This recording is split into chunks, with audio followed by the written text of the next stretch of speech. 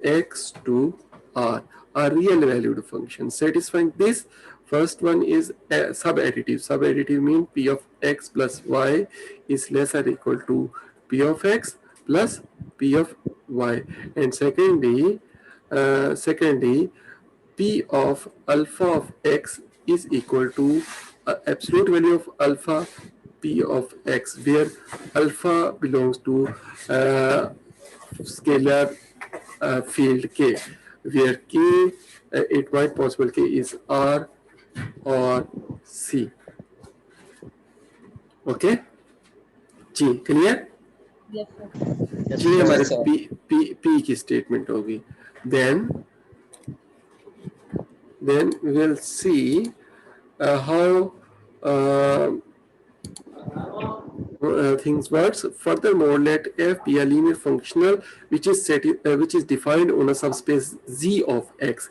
That means we have a function f from z.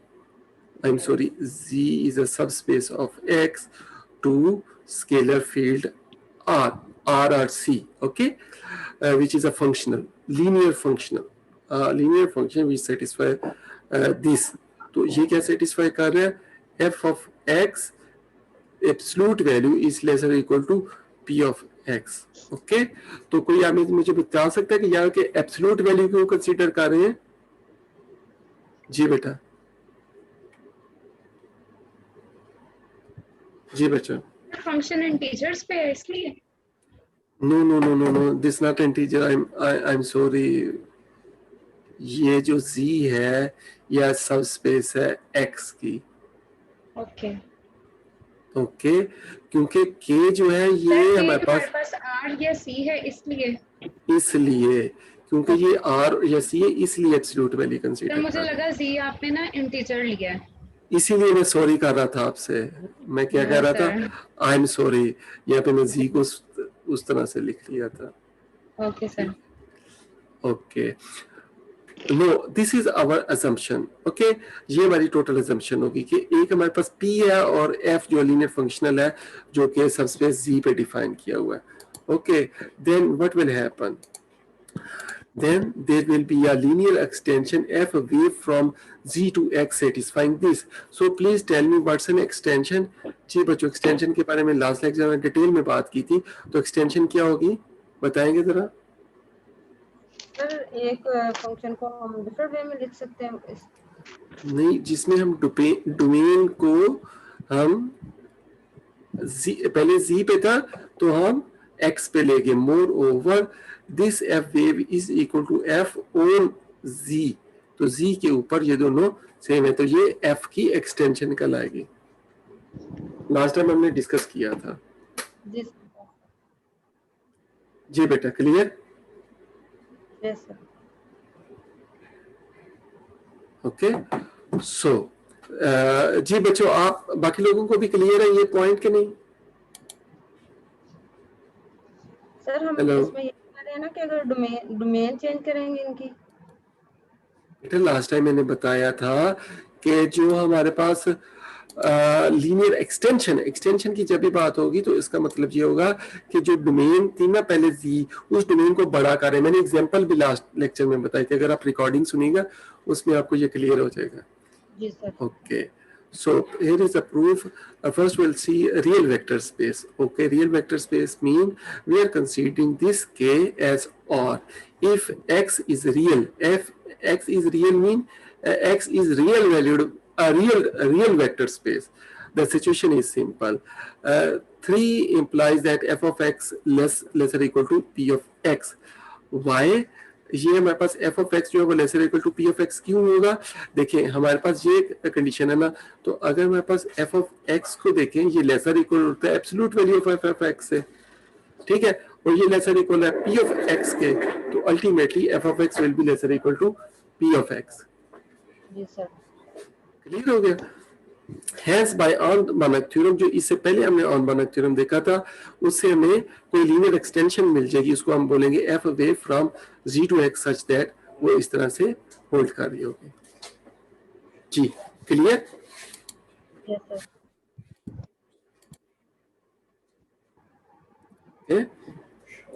अब हमने देखना है फ्रॉम दिस एंड टू हमारे पास ये वाली ये कंडीशन जो, ठीक है,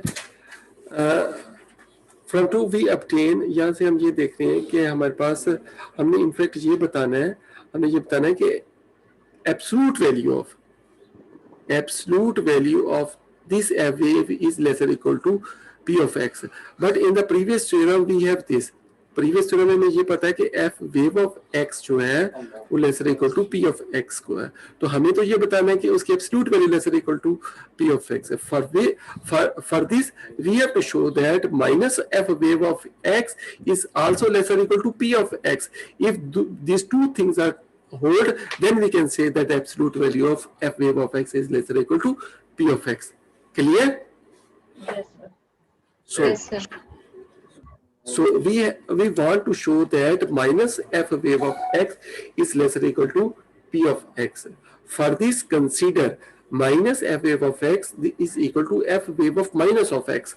Can anybody tell me how we can take minus inside? G. Yes.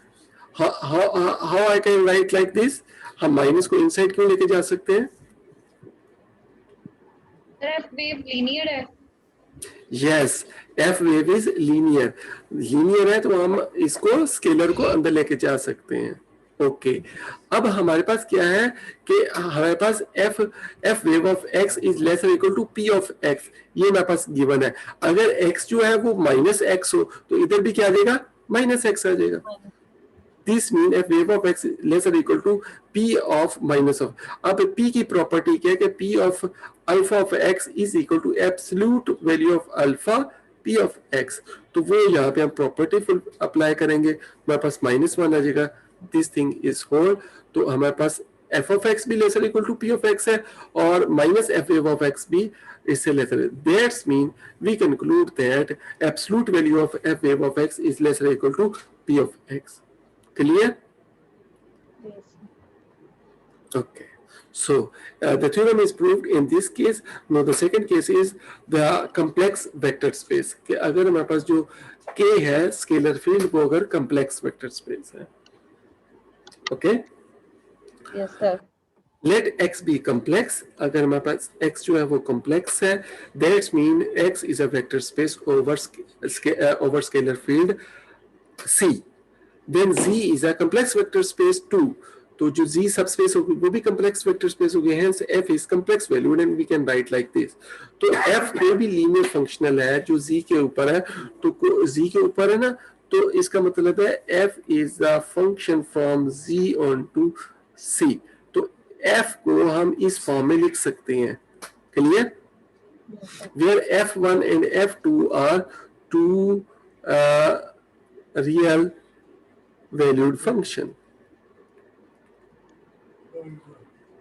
Ji, clear? Yes, students. Yes, sir. Yes, sir. For a moment, we regard x and z as real vector space and denote xr and zr respectively. अब इसका क्या मतलब है? वो हमारे पास तो x और z जो है ये तो complex vector spaces हैं. For the moment, we regard x and z as real vector spaces and denote by x, r and z respectively. This simply means that we restrict multiplication by scalar to real numbers. कि हम सिर्फ जो multiplication जो scalar से ले रहे हैं वो सिर्फ हम real को consider कर रहे हैं. ठीक है? For the moment, तो उसको हम ये consider कर लें. Since f is linear on z and f1 and f2 are also linear on zr. तो ये किस पे लीनियर हो गया? अगर ये लीनियर है तो f1 और f2 लीनियर होंगे zr पे. जी, clear? Yes, sir. Okay. Sir इसकी समझ नहीं आई कि हम क्यों उसको रियल में लेके चल रहे हैं. Yes, जब this वो is very complex में है तो. yes, this is a very good question. In fact, what we are doing, we are using the above part, a part को हम use कर रहे हैं इस फंक्शन के लिए और इस फंक्शन के लिए. Real proof that, देखिए ऊपर वाला जो हमारे पास पार्ट है वो ये मैं बता रहा है कि अगर रियल वेक्टर स्पेस है तो इसके लिए हमारे पास कोई एफ वेव एक्सटेंशन मिलेगी जो ये कंडीशन फुलफिल करेगी. Likewise, अच्छा. we will obtain for this f1 and this f2. f1 for f1 we will obtain f1 wave of x. इसके लिए हमारे पास f1 वेव ऑब्टेन होगी, इसके लिए f2 वेव होगी, इसके साथ हम आयोटा लगाएंगे, एक न्यू फंक्शन रहेगा जो f वेव होगा और वो इस x के लिए वर्क करेगा. ये पूरी लॉजिक है उसके पीछे. क्लियर? Yes sir. तो ये सारी स्टोरी इसलिए हम बना रहे हैं. ओके, सो उसी तरह से ये बात आ गई कि हमारे पास f1 ऑफ x होगा, तो इसी तरह f1 वेव ऑफ x होगा, तो उसी तरह से हमने ये जो अभी मैंने बात की f2 भी होगा इसी तरह से, तो उसको हम इस तरह से करेंगे और ये सारी इस तरह से हमारे पास लिखी हुई है. So that I am sorry, यहाँ पे वो मैं प्लस कर रहा हूँ, इनफैक्ट वो एक एक्सटेंशन को दूसरे के लिए यूज कर रहे हैं. ठीक है, तो वो ये हमारे पास बन गई f wave of x. So we see that that f wave of x equal to f of x or z. This shows that f wave is an extension of f from z to x. Our remaining task is to prove that f wave जो है वो हमारे पास linear functional complex vector space और F wave जो है वो उस प्रॉपर्टी को सेटिस्फाई करती है जो कि हम कह रहे हैं कि F wave of a this is less equal to P of X. अब हमने ये प्रूफ करना है. क्लियर? जी बेटा क्लियर है? Yes sir. Yes. Okay, yes sir. this is our f wave and we want to show these two things with the property that f wave is an extension of f. Okay, तो अब हमने इसको prove करना है. It's a linear functional on complex vector space. Okay, इसलिए हमने prove करना है. One holds can be seen from the following calculation. तो इसको आप देखें कि ये पहले लीनियर इसको प्रूव करें, आप इसको इस तरह से अप्लाई करेंगे, ये सारी कैलकुलेशन है छोटी सी, तो आपके पास ये लीनियर वाली प्रॉपर्टी फुलफिल हो जाएगी. फॉर 2, तो ये 2 अब हमने प्रूव करना है. फॉर एनी x जिसके लिए हमारे पास f wave of x equal to 0 holds. Since ये होल्ड क्यों करेगा? क्योंकि अगर हमारे पास f wave of x ये 0 है तो p of x जो होगा ये तो 0 से हमेशा ग्रेटर इक्वल होगा, बिकॉज जब भी आप अल्फा इक्वल टू 0 ले लें, अल्फा इक्वल टू 0 ले लें, तो p of alpha of x is equal to alpha times p of x. That's mean that's equal to 0. ठीक हो गया. So we can consider like this. हम इसको इस तरह से कंसीडर कर सकते हैं और इसको इजीली प्रूव भी हम कर सकते हैं. सो p of x is greater equal to 0 by 1 and 2. इसको 1 और 2 से ये हमारे पास सेकेंडली जो है ना वो जो फर्स्ट वन है ये वाला lesser equal to p of x plus p of y. Okay, ठीक है. तो इसमें इसको हम यूं करके कंसीडर कर सकते हैं कि अगर मैं y जो है वो माइनस एक्स कंसीडर कर लूं.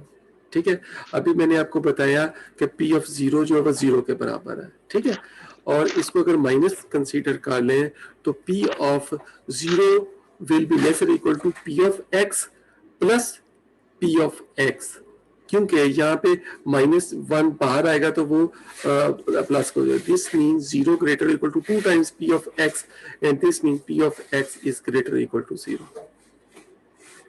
जी, अब क्लियर ये बात?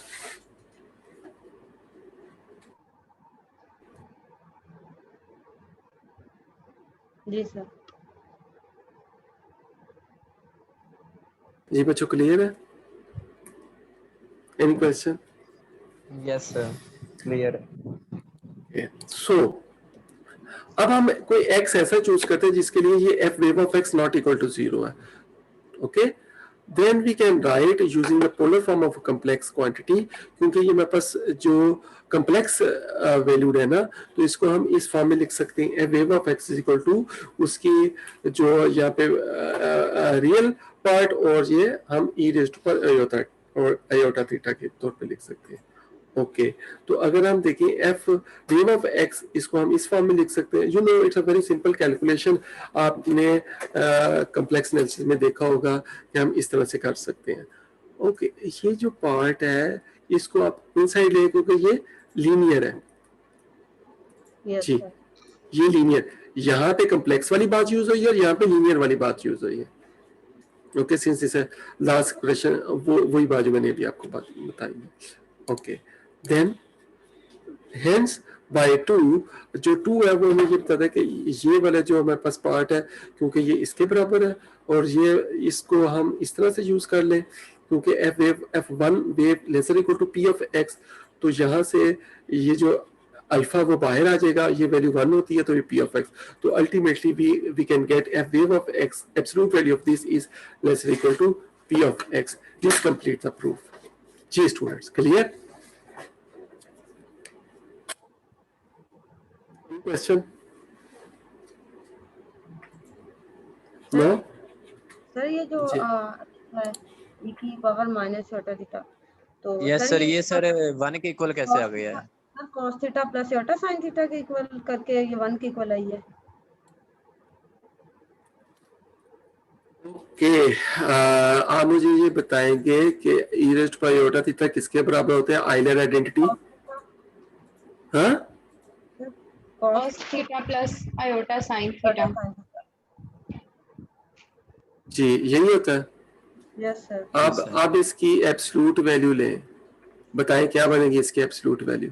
Sir cos square theta plus, yes sir 1 हो जाएगी. यस सर हो जाएगा.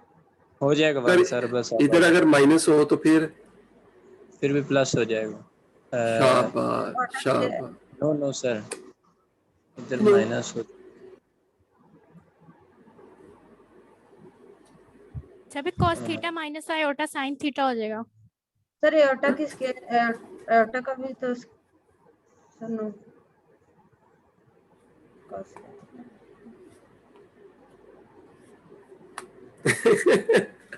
You are confused. Yes sir. Okay, please tell me students, अगर आपके पास a प्लस आयोटा b हो तो इसकी एब्सोल्यूट वैल्यू किसके बराबर होती है? Sir a square plus b a square plus b square. इसमें कहीं आयोटा नजर आ रहा है? सर नो एयोटा का लेना ही नहीं. ओके अब इसकी एब्सोल्यूट वैल्यू बताओ किसके बराबर होगी? Sir a square plus b square. Plus b square. शाबाश. आप बताएं cos theta plus iota sine theta. Okay इसकी एब्सोल्यूट वैल्यू किसके बराबर होगी? सर वन के. सर वो 1 आ जाए. cos theta minus iota sine theta, इसकी एब्सोल्यूट वैल्यू किसके बराबर होगी? ये भी 1 ही होगी. शुक्र अल्लाह. ठीक है. जी सर. Yes sir. अभी भी कोई कंफ्यूज है? No no sir. Okay. So, this theorem is completed. Next is the unbounded theorem for norm spaces. In fact, this is the most powerful form for the unbounded theorem, which is in fact for the norm spaces. Okay, please see this very carefully. In fact, all other applications are related to this theorem.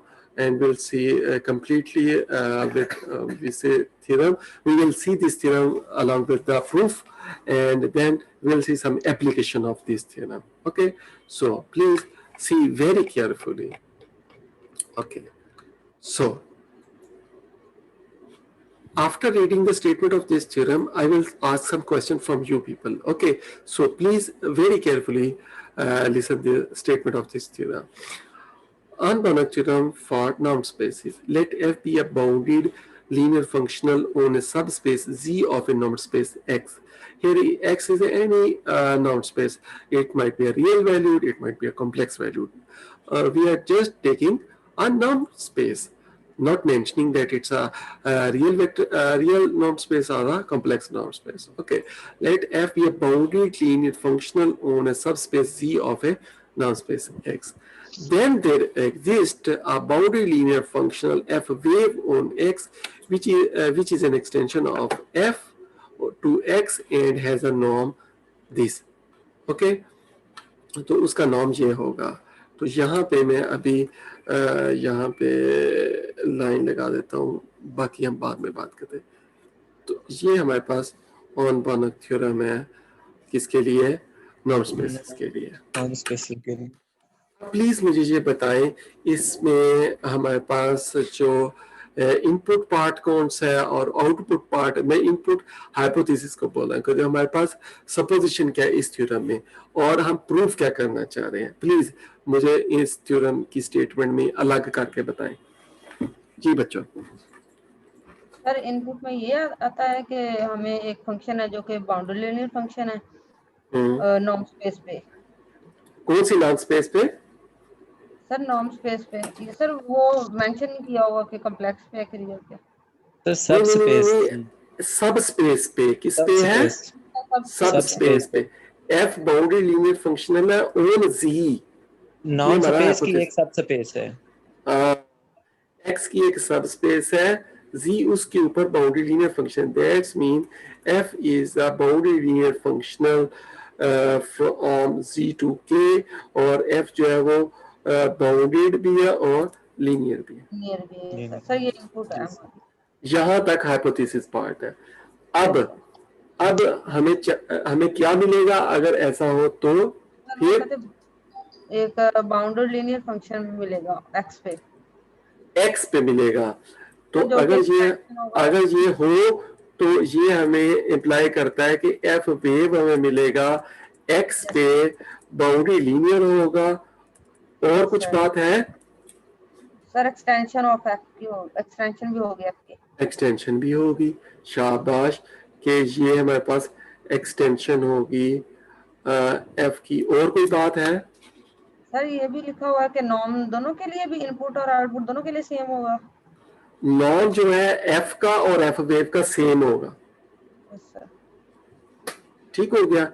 तो मैं sir अगर हम किसी भी bounded linear functional की extension यानी उसको extend कर दें तो उसका नॉर्म सेम रहेगा, ये मतलब ये थ्योरम कहते हैं, ऑलवेज ट्रू नहीं है।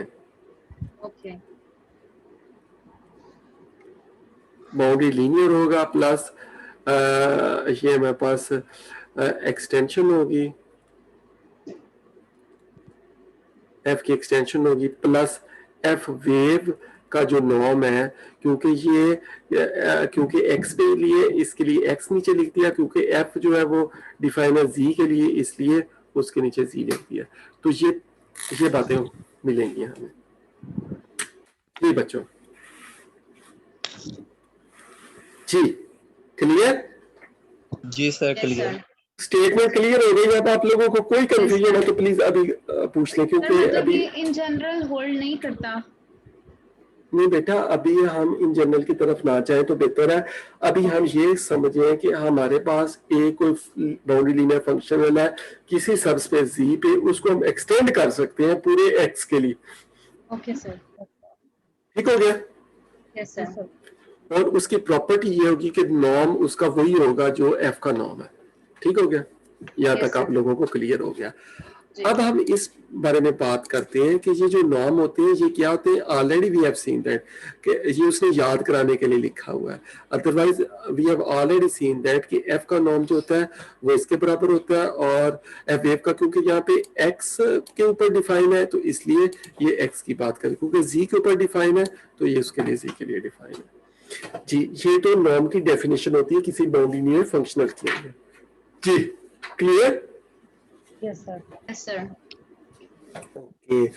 फर्दरमोर उसने ये भी कहा कि अगर जो जी जो है वो ट्रिवियल स्पेस है तो उस केस में एफ का नॉर्म भी 0 के बराबर होगा। तो ये ट्रिवियल केस है।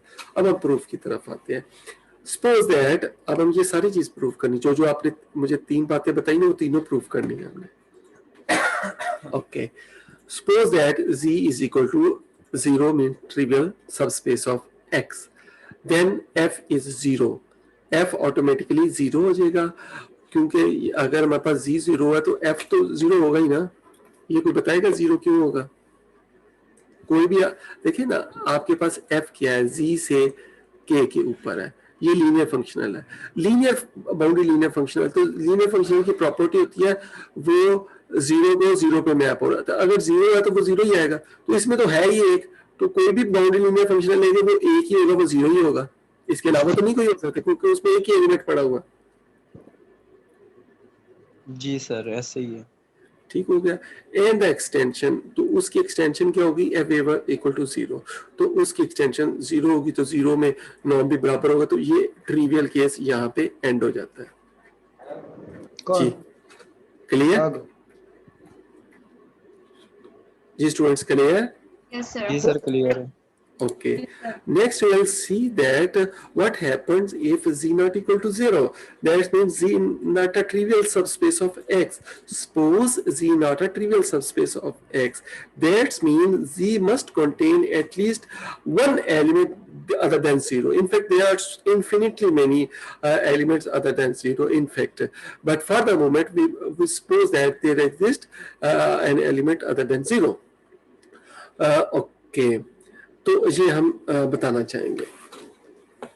We want to use the theorem 4.31 okay, तो वो कह रहे हैं कि हम पहले तो ये जो थ्योरम है ना वो यूज करना चाहेंगे 4.3.1। ओके, तो ये जो थ्योरम अभी हमने किया ना वो कह रहे हैं कि हम इसको यूज करना चाहेंगे, ये वाला। ठीक है, तो इस थ्योरम में पहले आप देख लें इस थ्योरम की हाइपोथेसिस पार्ट में क्या क्या अवेलेबल है और हमें क्या मिलेगा। इसमें हमारे पास ये है कि कोई पी फंक्शन हो जो ये दो प्रॉपर्टी फुलफिल कर रहा हो, और ये हमारे पास हो कि एफ की absolute value lesser equal to P of X हो। अगर ये सारी बातें होंगी तो ये हमें एक्सटेंशन मिलेगी। इसका मतलब है कोई पी फंक्शन होना चाहिए और एफ जो है ये कंडीशन सेटिस्फाई करे। ओके, अब हमें पी फंक्शन भी बनाना पड़ेगा और एफ की ये कंडीशन भी सेटिस्फाई करे, तो हम उसको यूज कर सकेंगे। किसी भी थ्योरम को आपने यूज करना है तो उसके हाइपोथेसिस पार्ट को पहले वेरीफाई करना होगा फॉर द थ्योरम कि उसको किसी को भी यूज करना है। Hence, we must first discover a suitable P. So we must form a P. P हमें ऐसा बनाना पड़ेगा जो ये कंडीशन सेटिस्फाई करेगा। So we must have a P from X to R satisfying P of X plus Y lesser equal to P of X plus P of Y. One. Secondly, P of alpha of X is equal to absolute value of alpha P of X. Okay. Now, अब यहाँ पे हम इसको stop करते हैं। इसको construct करने के लिए पहले तो आप ये देखें, for any x in Z we have this. Why? ये क्यों ऐसा हमारे पास है? जी कोई बताएगा? किसी भी Z में से x को ले उसके लिए ये कंडीशन होल्ड करती है। Why? Because f is bounded. क्योंकि f जो है वो बाउंडेड है, तो बाउंडेड की डेफिनेशन यही है कि absolute value of f of x lesser equal to c times norm of x, और वहां पे c जो है वो अगर हम एब्सोल्यूट नॉर्म ऑफ f लें तो भी ये होल्ड करते हैं। जी क्लियर? Yes, sir. जी सर। में से किसी ने क्विज में बाउंडेड वाला चूज किया था? सर थोड़ा सा आया था माइंड में, पर मैंने कहा शायद गलत ना हो। ओके, तो ये वो वाला। Okay, no getting from this we can get the idea, क्योंकि हमें याद है कि प्रीवियस थ्योरम में, मैं अगर प्रीवियस थ्योरम की तरफ जाऊं तो प्रीवियस थ्योरम में हमें हाइपोथेसिस पार्ट में क्या चाहिए? हाइपोथेसिस पार्ट में हमें चाहिए absolute value of this one, absolute value of P of X lesser equal to P of X, तो ये हमें चाहिए। तो अगर हमें ये चाहिए तो यहां से हम आइडिया गेट कर सकते हैं कि P of X हमारा क्या होना चाहिए। सॉरी,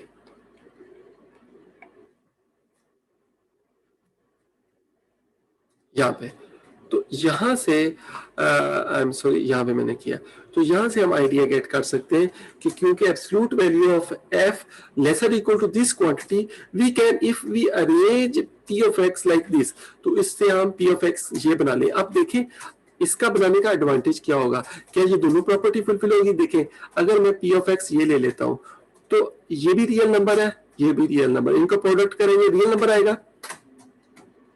जी बच्चों, जी सर। Yes, sir.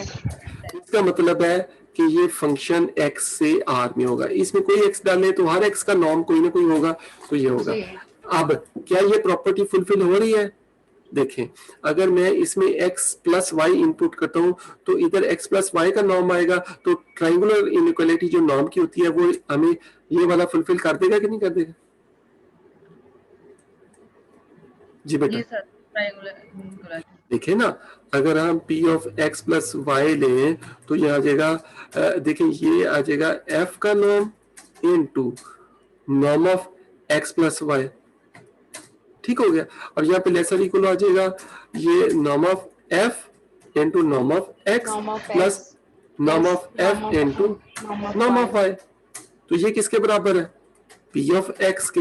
ये किसके बराबर है? P of y. तो ये प्रॉपर्टी होल्ड कर गई कि नहीं कर गई? तो Yes, सेकंड sir. प्रॉपर्टी भी इसी तरह से होल्ड कर सकती है by using the definition of norm. Clear? Yes, sir. Okay, so we conclude that we have a function f we have a function p which satisfy the condition। वो ये देखो, ये जो मैंने बात आपको कही वो उसने दोनों यहाँ पे प्रूव करके बताए।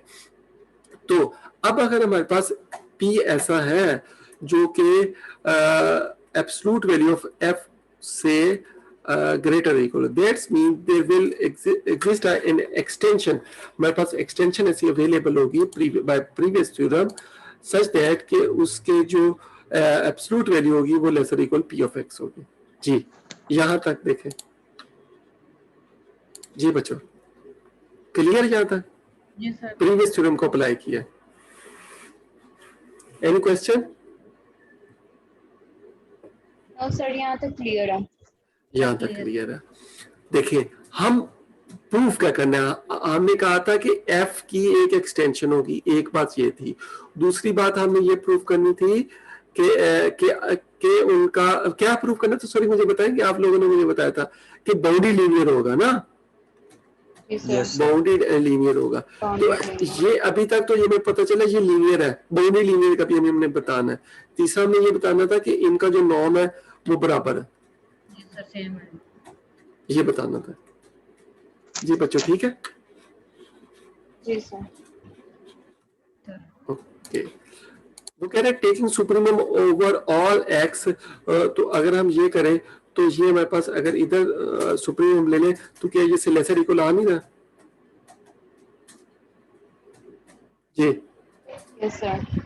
तो यहां से क्या शो हो रहा है? यहां से हमें दो बातें पता चल रही हैं, दो बातें पता चल रही हैं इस एक्सप्रेशन से। नंबर वन, एक तो ये कि एफ वेव बाउंडेड है, Bounded है।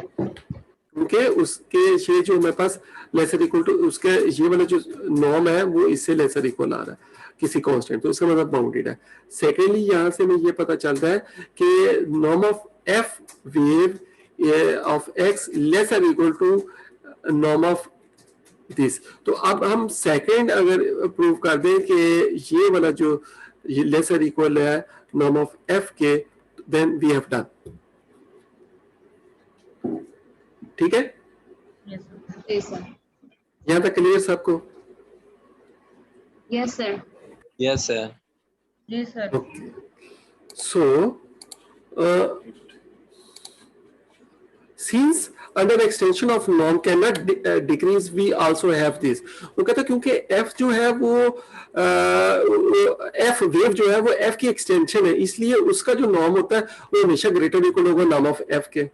इसलिए इन दोनों को अगर ज्वाइन कर लें, we have the proof together we obtain 8 and theorem is proved। जी, कितना इजी प्रूफ है। अगर आपको थोड़ी सी if you have some logic of this theorem, it's very easy, but remember that if you want to memorize this theorem, it's very difficult। Sir, एक चीज पूछनी है। Yes please। Sir ये लास्ट लाइन में लिखा है ना कि जो एक्सटेंशन है वो डिक्रीज नहीं हो सकती, यानी under an extension the norm can not decrease. तो फिर हमें तो जो ऊपर हमने लिखा कि एफ वेव ऑफ एक्स जो है वो लेस देन इक्वल है एफ ओवर जी के, तो सर इस चीज को तो फिर निगेट करना चाहिए ना कि वो डिक्रीज हो ही नहीं सकता, तो पॉसिबल नहीं है। ओके, यहाँ पे ये जो इनइक्वालिटी होती है ना, जब भी हम लिखते हैं ए लेस और इक्वल टू बी, इसका मतलब ये होता है आइदर ए लेसर बी और इक्वल टू बी, जी लेस सर। और इक्वल, लेस और इक्वल। ओके समझ आ गई? मेरा ख्याल है कि Yes, आपको sir. आपको आंसर मिल गया, ठीक हो गया? Yes sir. Okay. Now, we will see some application of this beautiful theorem. Okay. इस थ्योरम को एक दफा फिर मैं कहता हूँ, इसकी स्टेटमेंट को एक दफा अपने माइंड में अच्छी तरह से फिट कर लें.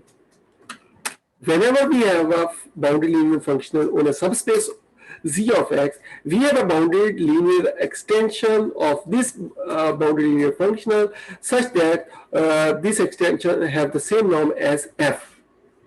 Okay? तो ये मैंने इसको सिंपल वर्ड्स में आपको रीस्टेट किया इसी स्टेटमेंट को. ओके, यहाँ पे थोड़ी सी डिस्कशन है हिल्बर्ट स्पेस से related. In special cases, the situation may become very simple when Hilbert spaces are of this type. अगर आपके पास ये जो नॉट स्पेस है ये हिल्बर्ट स्पेस हो, indeed if Z is a closed subspace of a Hilbert space, क्योंकि हर Hilbert space not space तो होती है, okay? Then F is a Rees representation. हमने देखा था कि कोई भी हिल्बर्ट स्पेस है उसके ऊपर कोई भी बाउंड्री लीनियर फंक्शन है उसकी Rees रिप्रेजेंटेशन हो. ठीक हो गया? उस Rees रिप्रेजेंटेशन में आपको पता ना कि Z का जो नॉर्म है वो F के नॉर्म के बराबर आता है. ठीक है? इन दैट केस जो अभी आपके पास एक्सटेंशन होगी वो हमारे पास F, ये जो हमारे पास थ्योरम है ये हमें गारंटी करता है कि F wave of X, F wave of F की जो नॉर्म होगी वो नॉर्म ऑफ Z के भी बराबर होगी. ठीक हो गया? तो ये बहुत इजी है इन दिस केस. नो यहाँ पे ये थोड़ी सी और डिस्कशन है, लेकिन मैं उस तरफ आपको लेके नहीं जाना चाह रहा. अभी हम थोड़ा सा इसकी एप्लीकेशन की तरफ आते हैं कि इसको हम किस तरह से ले सकते हैं. Sometimes we say that this is an application, sometimes we say that the other form of Arndt theorem. So see this theorem. Boundary linear functional. We can characterize a boundary linear functional on a space X with the help of its points. तो उसके जो points है उसकी help से हम boundary linear function को characterize कर सकते हैं. आप लोग पहले मुझे ये बताएं कि आप लोगों को मैंने इस स्पेस के बारे में बताया था, ये X कोई नॉन स्पेस है तो X डैश क्या होगी, मैंने आपको बताया था, अगर आपको याद हो. ये बच्चों जी, डुअल स्पेस क्या है? अब आपको याद आ रहा है ये क्या है डुअल स्पेस? जी बच्चों बताएं जरा याद करके डुअल स्पेस क्या है. जी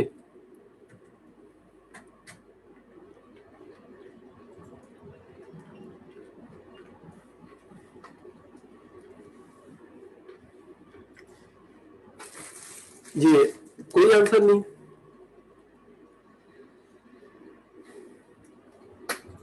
एनीबॉडी, कोई भी आप में से बताए please.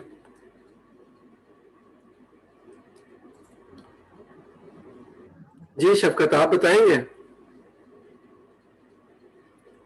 Shafqat ji sir.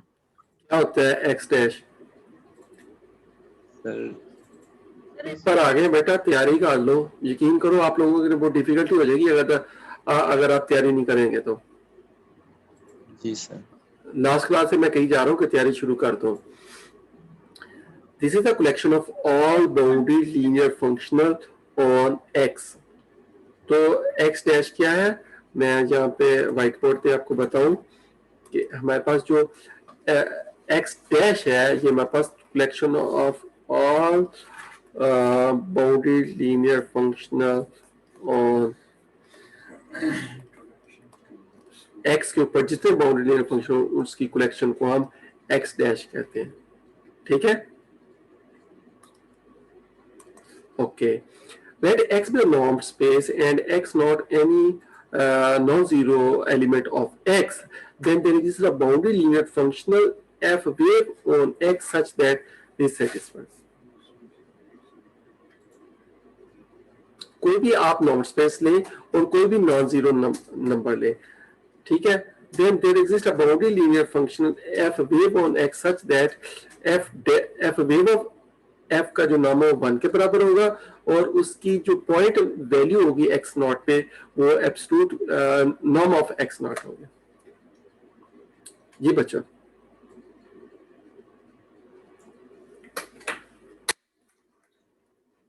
Hello, ji ji sir. यहाँ से एक बात क्लियर होती है कि अगर हमारे पास x जो है, अगर हमारे पास जो x है वो नॉन ट्रिवियल नॉर्म स्पेस है, if x not equal to 0, this implies x cannot be 0। देखिए इस थ्योरम को पढ़ें और अब ये जो मैंने लिखा है लाइन इसको जरा पढ़ें, फिर आपको अंडरस्टैंडिंग होगी।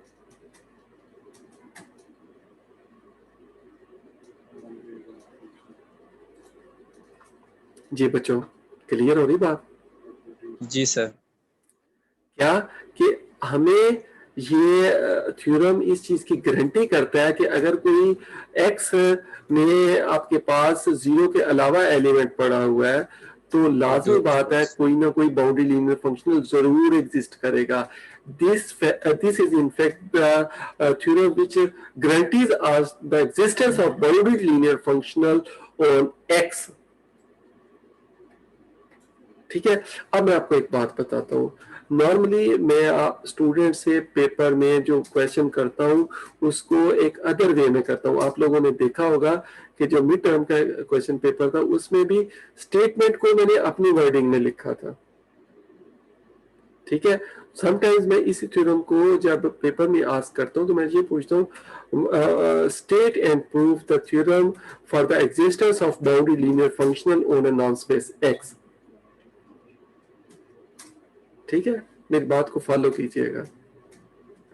तो उस वक्त स्टूडेंट्स होते हैं जिन्होंने अच्छी तरह से, जिनको अंडरस्टैंडिंग होगी वो इस चीज को अंडरस्टैंड कर पाते हैं, अदरवाइज ये बहुत डिफिकल्ट सिचुएशन हो जाती है।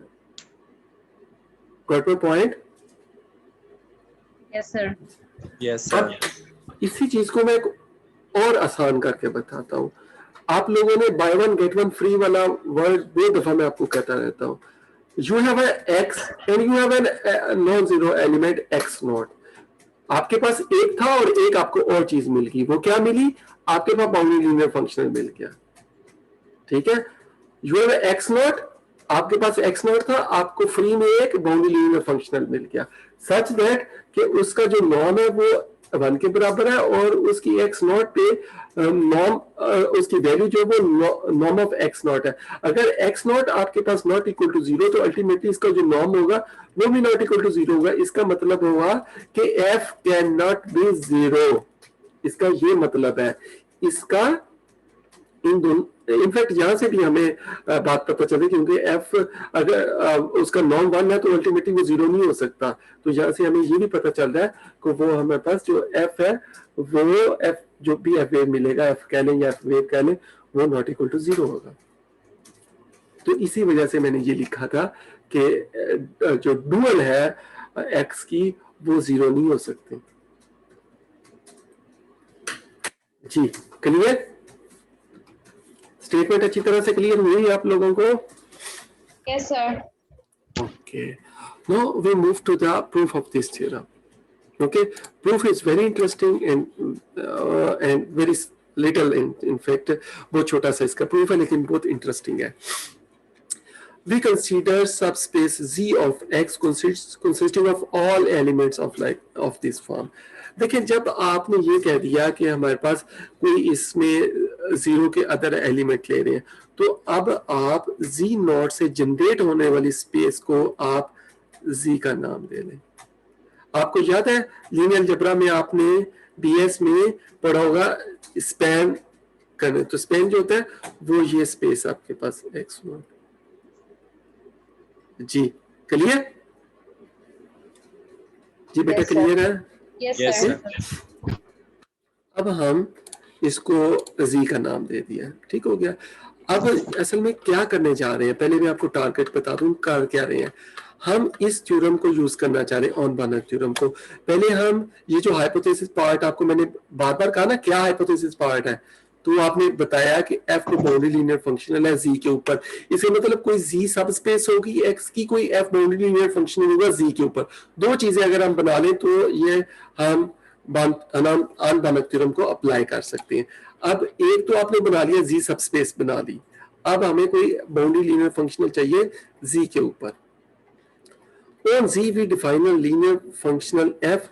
इसको किस तरह से डिफाइन करें, F of X is equal to F of, ये जो आप एक्स ले रहे हैं ना जी में, वो उसकी फॉर्म यही होगी ना अल्फा एक्स नॉट, ठीक है।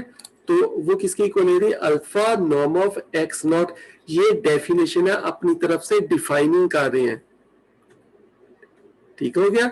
तो ये एफ कहां से आप डिफाइन करें, जी से के ऊपर, ठीक हो गया। अब यहां से आप उसमें एक्स इनपुट करें तो ये आ रहा है।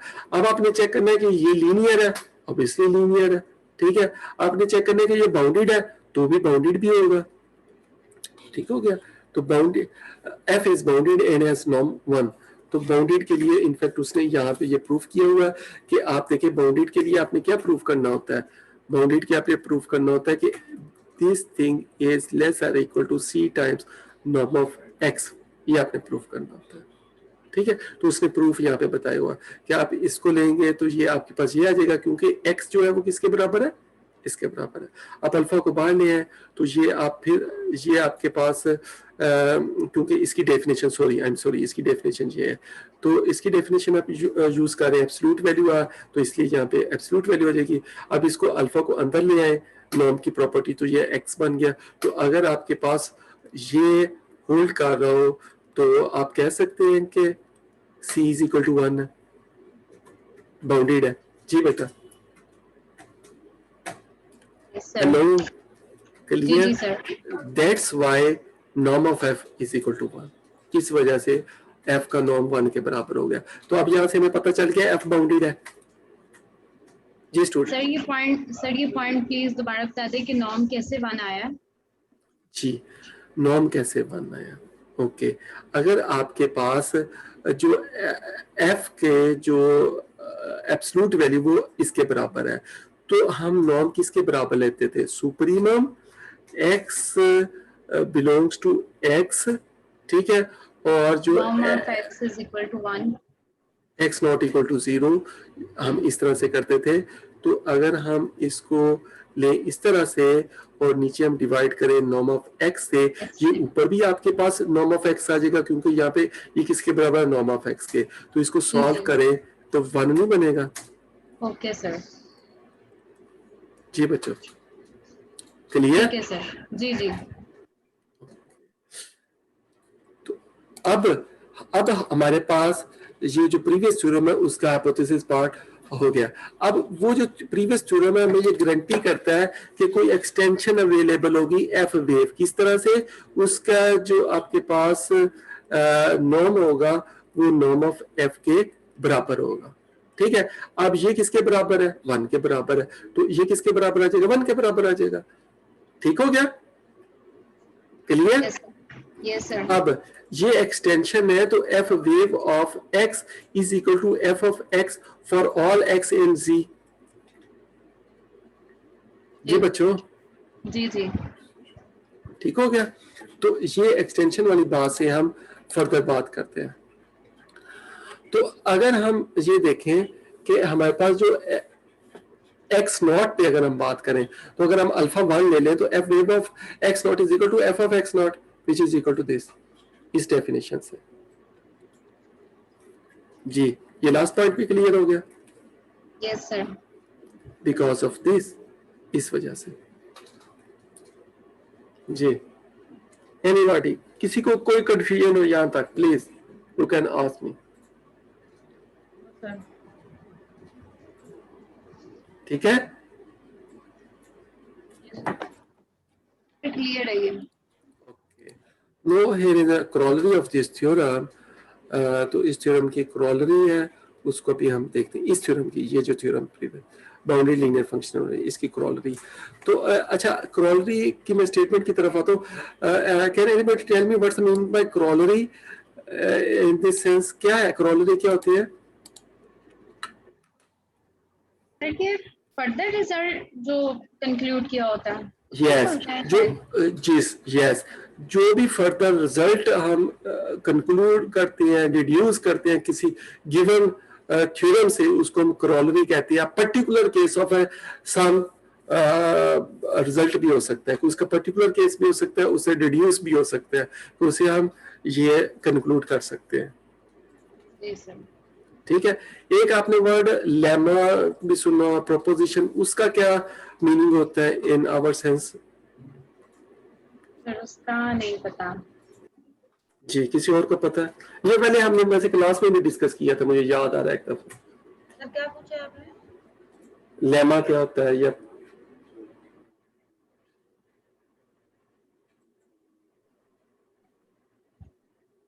ओके।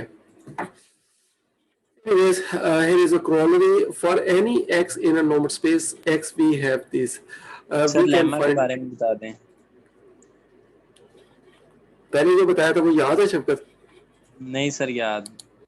इनफैक्ट जो लेमा होता है या प्रोपोजिशन होती है ना, किसी भी थ्योरम को प्रूव करने के लिए जो प्रीवियस आपके पास अवेलेबल थ्योरम होगा, उसको नॉर्मली हम लेमा के नाम पे दे रहे होते हैं, कि जिसको हम यूज करके हम उसको कर रहे होते हैं, उसको लेमा कह लेते हैं, प्रोपोजिशन कह लेते हैं, जिस कि वो हमारा मेन रिजल्ट नहीं है। मेन रिजल्ट ये पेपर में जब हम लिखते हैं तो ना लेमा या प्रोपोजिशन, उसका मतलब है वो हमारा मेन रिजल्ट नहीं है, मेन रिजल्ट उसके बाद आएगा जिसमें उसको यूज करेंगे। क्लियर? ठीक, क्लियर सर। तो corollary ये है कि हमारे पास कोई भी, देखिए जो प्रीवियस जो थ्योरम है वो ये हमें बताता है x अवेलेबल हो तो कोई बाउंड्री लीनियर फंक्शनल अवेलेबल होगा। अब ये जो corollary ये हमें बताती है कोई x हो नॉर्म स्पेस में, तो उसके लिए हम नॉर्म को इस तरह से डिफाइन कर सकते हैं, नॉर्म ऑफ x को, नॉर्म ऑफ x को इस तरह से डिफाइन कर सकते हैं। ठीक है, मीन टू से कि अगर आपको कोई f मिल जाए तो आप इस तरह से x का नॉर्म डिफाइन कर सकते हैं। ठीक हो गया जी बेटा? क्लियर? जी sir clear. Yes sir. Hence, if x naught is such that f of x not equal to 0 for all x, then x not equal to 0.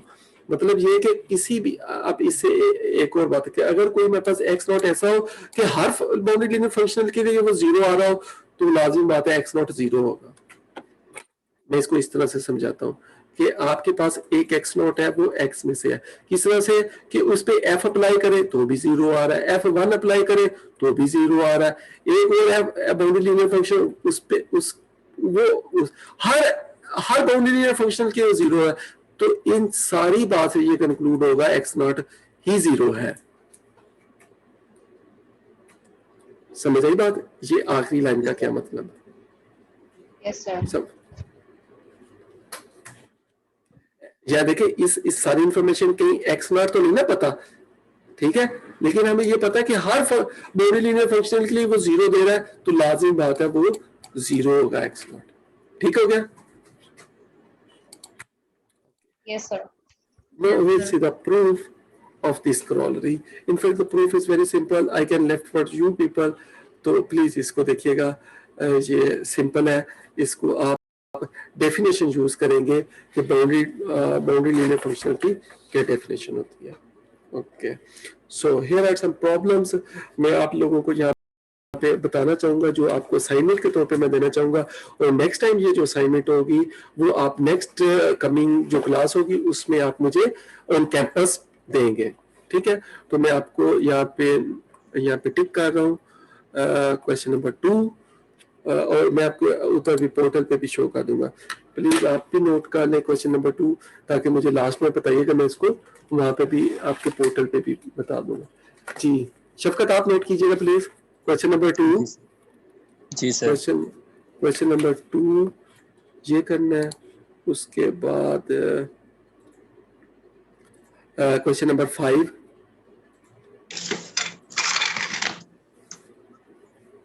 Question number 2, question number 5, question number 6 हो गया। Question number 8। देखिए ये वही question है जो मैं आपको बताया था, ठीक है। क्वेश्चन नंबर 8, इसका इनफैक्ट आपको सोल्यूशन मैं प्रोवाइड कर चुका हूँ। Yes sir. समझ आ रही ठीक है बात मेरी अब? जी सर। क्वेश्चन नंबर 8 भी हो गया। और क्वेश्चन नंबर 11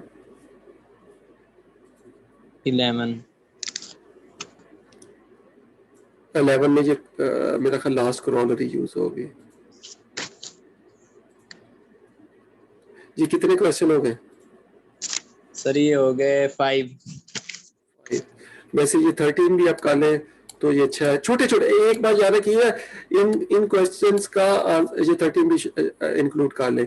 इन सारे क्वेश्चन का आंसर हाफ पेज से ज्यादा नहीं है, ये याद रखिएगा। अगर आप इसको सॉल्व करेंगे तो ये हाफ पेज से ज्यादा नहीं जाएंगे, ठीक है। Question number 13। जी सर। बस जी बेटा ये काफी है। सर जिन्होंने ठीक। ऑनलाइन क्लास लेनी है वो LMS पे अपलोड कर देना ये नेक्स्ट आपको वीक। ये किसने आपको फैसिलिटी दी है? सर सर ये Online- OSG की तरफ से जो मेल आई थी ना, उसमें 2 ग्रुप्स बनाए गए हैं क्लास के, ऑड एंड इवन। तो सर नेक्स्ट जो क्लास है ना वो ऑड ग्रुप की है, इवन वाले वो ऑनलाइन ही क्लास लेंगे।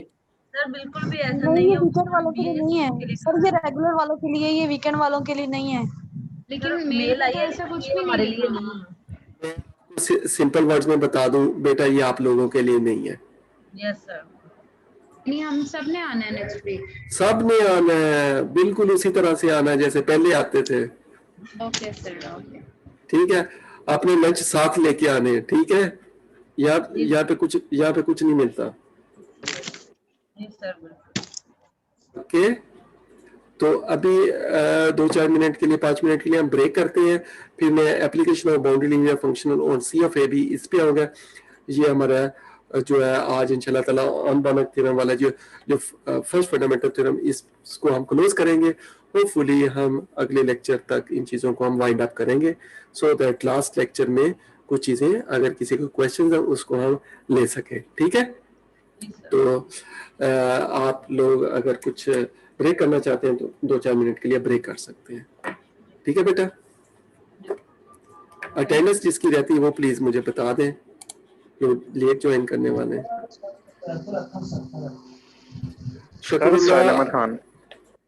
Shakrullah, I have already marked your attendance. Sahil Ahmed Khan, okay. Sir Ayesha Kamran. Aisha Kamran. Anybody else? Mohammad Atiq, no. Shahzeb Gul, no. Sadia Akbar, no. Zamia Mahmood, no. Done? Sir Sadia Akbar पे आ गए। Sadia Akbar.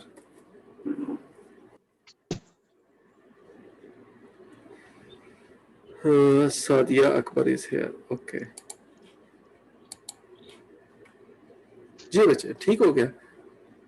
So we have a quick break for few minutes. Okay? ठीक है बच्चों? Yes sir. Sir मेरी attendance हो गई है Sadia Akbar. Yes.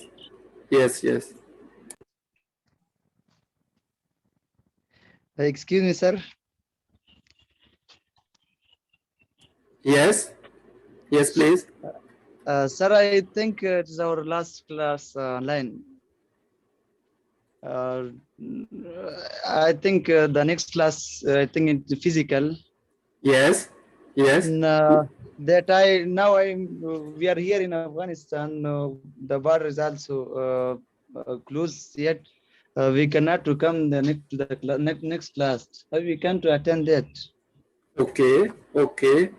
So for you, I will ask from my chairman, and I will tell you.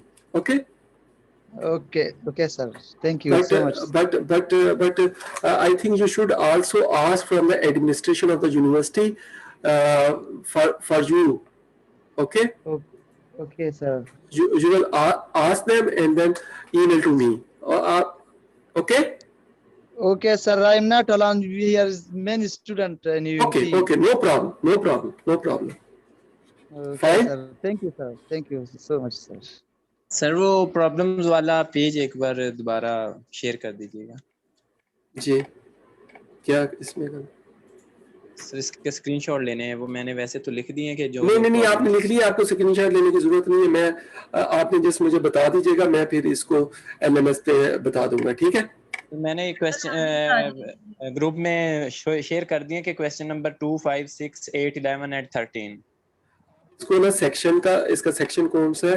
ये 4.3 4.3 section की exercise है, ठीक है। ठीक है sir.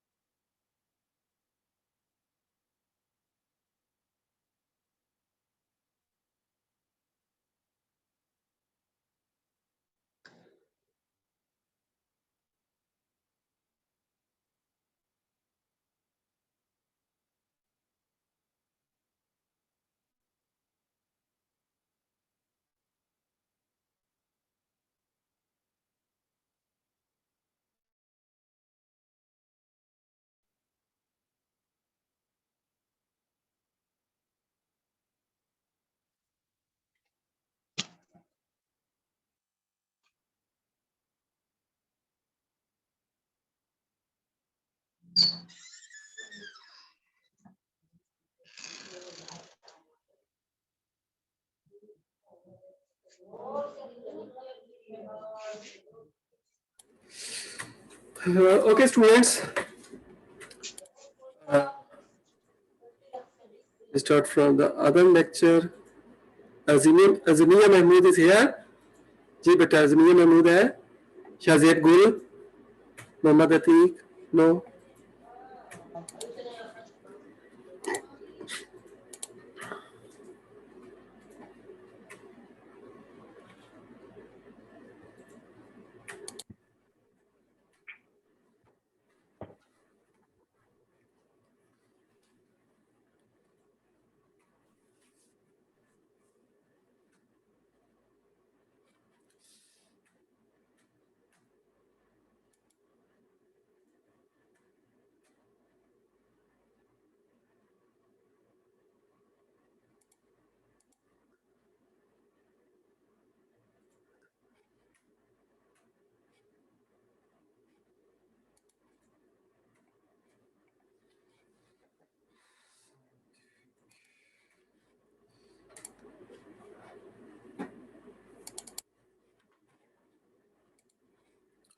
Okay, students, I think we should start now.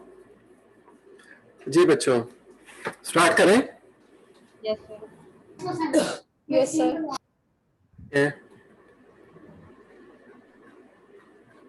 So here is the application to boundary linear functional on CAP. We'll see application of on-Banach theorem to a boundary linear functional on CAB. What's a CAB? Please tell me. क्या होता है CAB बच्चों? Case of all continuous function. Yes, yes, you are right. Space of all continuous function. Okay. तो इसको अभी हम देखेंगे कि boundary linear function space of continuous function पे क्या होते हैं, इस बारे में हम बात करेंगे. और इसके लिए हमारे पास जो थ्योरम है वो इनफैक्ट ये रीज थ्योरम कहलाता है. तो इसको अभी हम देखेंगे और ये अच्छा डिस्कशन वाला थ्योरम है, इसको देखेंगे.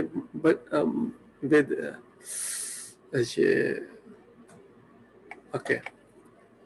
तो एक मिनट बस मुझे दीजिएगा, मैं ये देखना चाहूँगा कि नेक्स्ट हम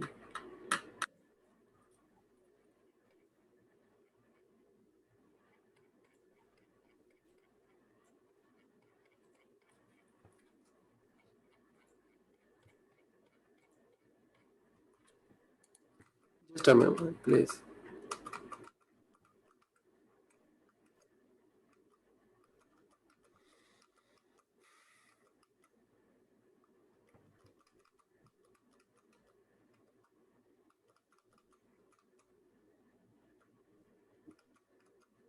Okay.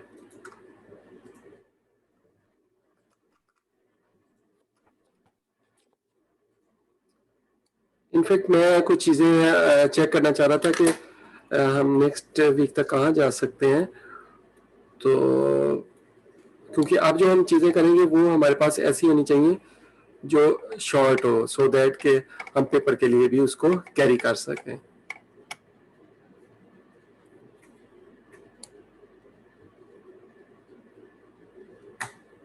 ठीक है ना बेटा?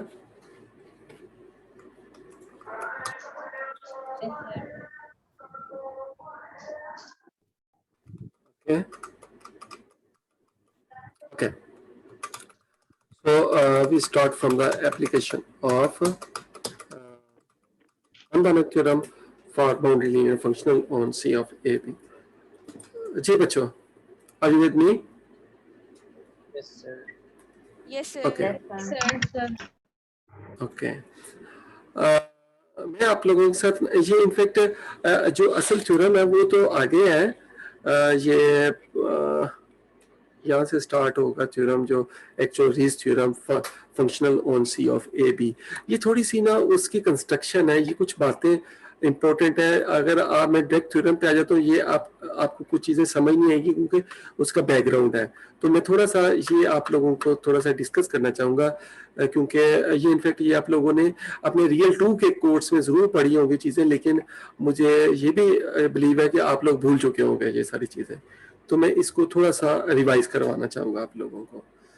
आप में से कितने लोग हैं जिन्होंने रीमान स्टिलिजेस इंटीग्रल का नेम पहले सुना हुआ है? जी बच्चों, मैंने सुना हुआ। Riemann Stieltjes integral. और कौन है जी? सुना हुआ है, ठीक हो गया। 2-3 लोग मिल गए हैं जिन्हें, इसका मतलब है कि आप लोगों ने रियल 2 में इसको जरूर देखा होगा, लेकिन अभी आपको थोड़ा थोड़ा याद होगा, बस इतना ही कि वो इंटीग्रल था कोई, ऐसे ही। तो कुछ और भी याद है? कुछ और भी याद है? तो याद नहीं है। Okay, no sir problem. Lower sum upper sum के इक्वल आता है। ओके, मैं अभी उसकी तरफ आपको लेके जाऊंगा, फिर हम इसको in fact this part is not for the part of function, in fact it's the part of real analysis 2। तो लेकिन अभी मैं इसको रिवाइज करवा रहा हूँ, और इसलिए कि कुछ लोगों को इसका नहीं है पता, तो मैं इसलिए इसको करवाना चाहूंगा। Armbanov theorem has many important applications. One of them was considered in preceding section. Another one will be presented in this section. In fact, we shall use theorem 4.32 for obtaining a general representation formula for boundary linear functional on CAB. तो CAB जो boundary linear functional होते हैं वो क्या होते हैं, इस बारे में discussion है. In fact, where the closed interval is a fixed compact interval, the significance of such general representation of functional on special spaces was explained at the end of this section. In the present case, the representation will be in terms of Riemann-Stieltjes integral. So here the word Riemann-Stieltjes integral. So what's a Riemann-Stieltjes integral? So let us recall the definition and a few properties of this integral, which is a generalization of familiar Riemann integral. तो जो Riemann-Stieltjes integral है, is somehow the generalization of Riemann integral. We begin with the following concept. Okay, so we start with the bounded variation. Okay, so what's a bounded variation? A function of bounded variation. A function w defined on closed interval ab is said to be of bounded variation on closed interval ab if it is its total variation on this interval is finite, where the total variation is defined by this. जी बच्चों, पहले हमने ये देखना है कि ये हमारे पास जो वर्ड है a function of bounded variation, इसका क्या मतलब? f is of bounded variation, इसका क्या मतलब है? ठीक है, वर्ड्स मीन में। जी बच्चों, किसी को अगर कोई क्लू है तो प्लीज मुझे बताइए।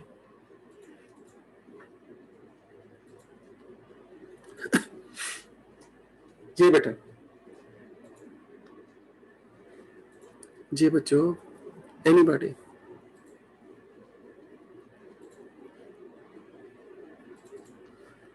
हेलो, कोई बता दे वेरिएशन क्या होता है? इसके बारे में नहीं टोटल पता। नहीं पता।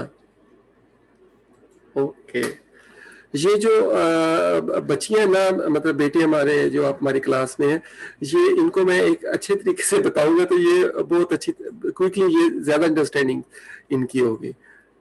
मैं आप लोगों से पूछूंगा और आप लोगों ने मुझे बताना, ठीक है? आपके पास इनफैक्ट ये एक कोई चीज है और आपको ये कहा जाए कि इसको मेजर करें, ठीक है? तो आप इसको किस तरह से, आपके पास एक फॉर एग्जांपल एक स्केल है, ठीक है? उसको आप सामो इस तरह रखेंगे, ठीक है? फिर उसको somehow, मतलब ये मैं इसलिए somehow का वर्ड यूज कर रहा हूँ कि नॉट एग्जैक्ट, आप इस तरह से उसको मेजर करेंगे। जी, आप इसी तरह से उसको इस तरह से मेजर करेंगे। जी, और इसको मुझे ना वैसे कलर डिफरेंट चूज करना चाहिए था इसके लिए, एनीवे मैंने वही कलर चूज किया। जी जी बच्चों मेरी बात समझ रहे हैं? Hello, yes sir. जो मैं बच्चियों की बात कर रहा हूँ वो शायद मेरी बात को ज्यादा इसको अच्छा समझ रहे हैं। जी बेटा, मेजरिंग की बात आ रही है ना? हेलो, जी सर समझ आ रही जी है। जी सर। समझ आ रही है? तो ये जो इस तरह से किसी भी फंक्शन के ग्राफ को जो मेजर करना होता है ना, इसको हम वेरिएशन का नाम दे रहे होते हैं। ठीक हो गया? अब मैं आपको ग्राफ में इसको बताता हूँ किस तरह से हम इसको ले रहे होते हैं। ये देखिएगा जरा गौर से देखिएगा। अब मैं कोई और कलर चूज करता हूँ। ये एक पॉइंट है, एक ये मेरे पास पॉइंट है, एक मेरे पास ये पॉइंट है। आई एम सॉरी, मैं स्ट्रेट लाइन इसको मुझे ये मैं इतनी अच्छी लाइंस नहीं ड्रा कर रहा। ये एक मेरे पास ये लाइन है, एक ये मेरे पास लाइन है, एक मेरे पास ये है। ठीक है, ओके। तो इसको मैं कह लेता हूँ x0 कह लेता हूँ, इसको मैं x1 कह लेता हूँ, इसको x2 कह लेता हूँ, x3, इसको x4 कह लेता हूँ, इसको x5 कह लेता हूँ। और ये मेरा पॉइंट B है, ये मेरा पॉइंट A है। ठीक हो गया? जी बच्चों, जी यहाँ तक फॉलो कर रहे हैं मेरी बात को? जी सर। Yes sir. ओके। अब ये देखें, ये यहाँ से ये जो मैंने मेजर इसको कर रहा हूँ, ये किसके बराबर है? जरा मुझे प्लीज बताएंगे। ये जो लाइन है, इसको मैं किस तरह से लिखूंगा? प्लीज बेटा कोई, सॉरी, कोई मुझे आप में से बता दें। सर ये पॉइंट होंगे ना? इसको मैं फंक्शन को नेम दे देता हूँ। इस फंक्शन का नाम है, क्योंकि आपको नेम भी तो देना होगा ना, तभी तो आप उसको बात कर। ये फंक्शन W फंक्शन है आपका। ठीक हो गया? अब ये आपका होगा WX0, ये होगा WX1, ये होगा WX2, ये होगा WX3, this is WX4 and this is WX5। तो अब ये जो मैंने लाइन है, इसकी लेंथ कितनी होगी?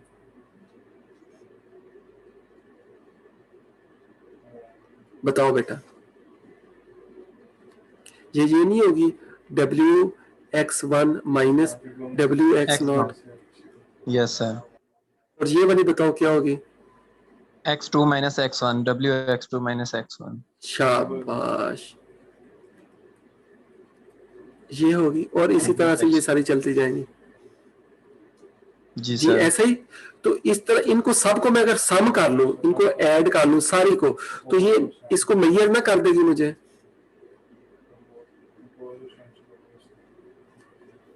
जी बच्चों, तो इसको मैं अगर इन जर्नल लिखना चाहूं तो मैं इसको यूं नहीं लिख सकता कि यहाँ पे is equal to 1 to infinity f of, यहाँ पे sorry W, I am sorry, मैं W यूज कर रहा हूँ।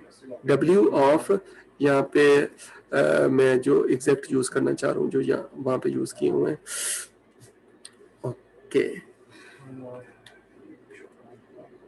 यहाँ पे T of J minus T of J minus 1। जी बच्चों, यही नहीं होगा है? जी बेटा, आई एम सॉरी, यहाँ पे n लिखना था, आई एम सॉरी, n तक हम ले। जी बच्चों, क्लियर है ये बात का? हेलो जी सर। अब वो जो हमारी बेटियां हैं, जो जिनको मैं स्पेशल एड्रेस कर रहा था, वो अब चुप कर गए। सर नहीं आ रही है समझ।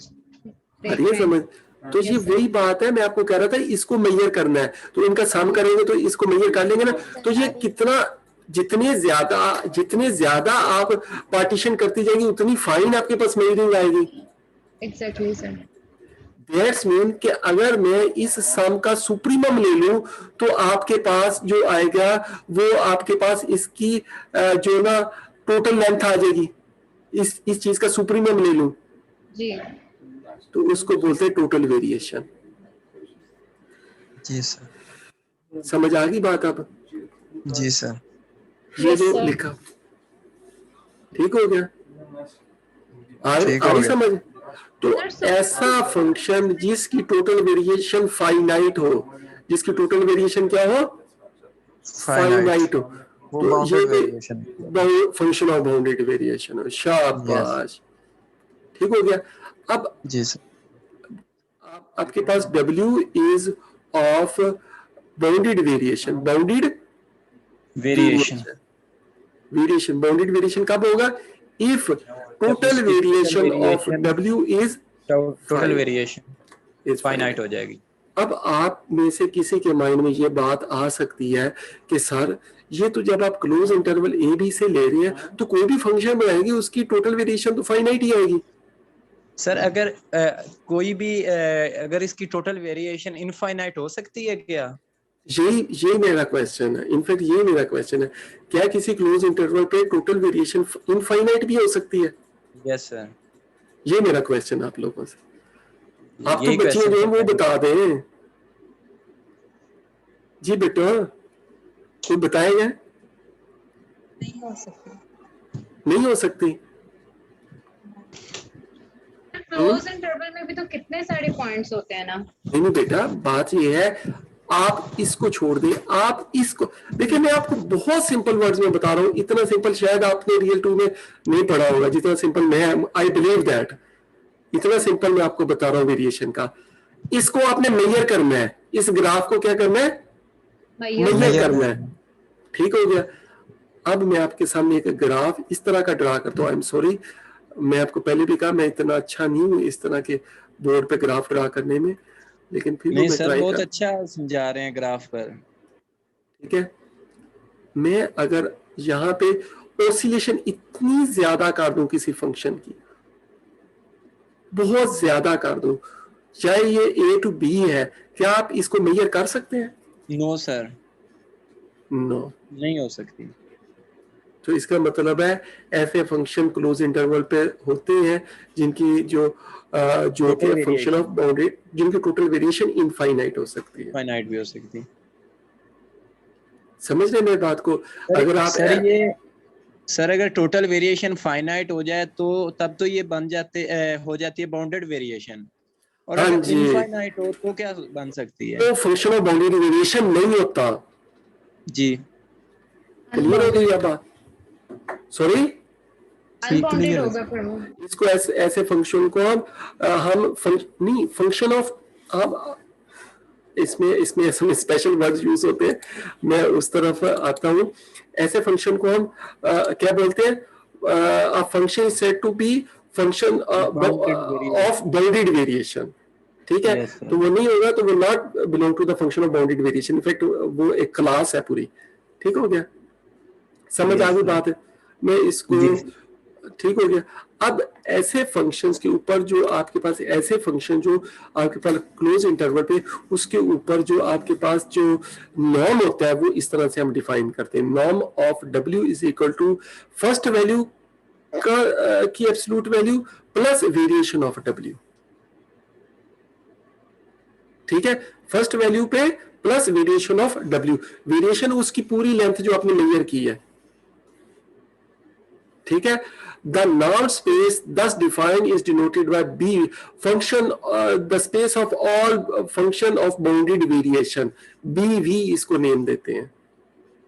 ये न्यू स्पेस आपके पास आ गया, BV, ठीक हो गया। Function of space of all function of bounded variation on closed interval having this norm, clear? And this space of course contain the space of all continuous functions, ठीक है। तो कुछ continuous function ऐसे भी होंगे जो हमारे पास bounded variation के नहीं होंगे, जैसे मैंने आपको एक एग्जांपल अभी बताई है, क्लियर जी बच्चों? Clear? No response, okay. we now obtain the concept of Riemann-Stieltjes integral as follows। तो Riemann-Stieltjes integral जो है ना, उसमें जो है ना, जब जैसे आपने जो कर रहे थे ना रीमान के केस में, ठीक है, रीमान में आप कर रहे थे अपर सम और लोअर सम आप ले रहे थे, याद है आपको किसी भी फंक्शन के लिए? जी ठीक हो गया? सर आवाज आना बंद हो गया। ओके, तो किसी भी फंक्शन के लिए जो आपके पास आप करते थे कि एफ ऑफ एक्स आई और साथ आपके पास था एक्स आई माइनस वन, इस तरह से करके आप शामिल कर रहे होते थे। याद है आपको पार्टीशन करके? हाँ जी याद आई सर। बात? यस हाँ? सर। जी जी बिल्कुल उसी तरह से यहाँ पे x की जगह पे आपने फंक्शन ऑफ बाउंडेड वेरिएशन ले लेना है। क्या ले लेना? Function of bounded variation. Bounded variation है। तो अब हमारे पास जो इंटेग्रल होगा ना, उसमें आपके पास यहाँ पे dx नहीं आएगा, dwt आएगा, dwx आ जाएगा। समझ आ रही बात? यहाँ पे आपके पास dt की बजाय क्या आ रहा है? dwt आ रहा है। तो ऐसे इंटेग्रल को बोल दे रीमान स्टिलिटीज इंटेग्रल। अब इसमें हमारे पास क्या होगा? एक कोई फंक्शन x होगा, एक कोई फंक्शन w होगा, तो इसका इंटेग्रल ले रहे हैं with respect to this function. Clear? जी सर। ओके, तो इसको बोलते हैं रीमान स्टिलिटीज इंटेग्रल। क्लियर? तो रीमान स्टिलिटीज इंटेग्रल का जो है ना, इनफैक्ट बहुत ज्यादा एप्लीकेशन है, और मे बी आप किसी जगह पे कोई प्रैक्टिकल प्रॉब्लम्स करें, वहां पे आपको इसके साथ वास्ता पड़े। तो ये इसमें ये बड़ा इंटरेस्टिंग फैक्ट है, प्लीज नोट दैट।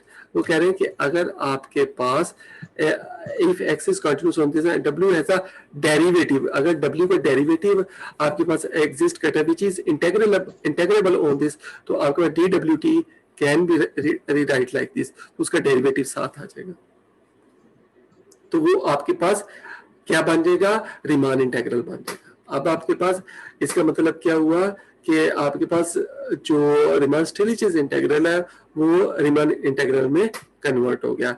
तो इसका मतलब ये हुआ कि हर रीमान इंटेग्रल जो है वो रीमान स्टिलिटीज इंटेग्रल होता है, बिकॉज आपके पास डी टी, अगर टी का आप डेरिवेटिव करें तो वो 1 के बराबर होता है। तो हर रीमान इंटेग्रल जो है वो रीमान स्टिलिटीज इंटेग्रल जरूर होता है। ठीक है? So in this case we say that Riemann Stieltjes integral generalize Riemann integral. Clear? Sir ये रीमान स्टिल्टियस इंटीग्रल है, ये रीमान इंटीग्रल की जनरलाइजेशन फॉर्म है। जी जी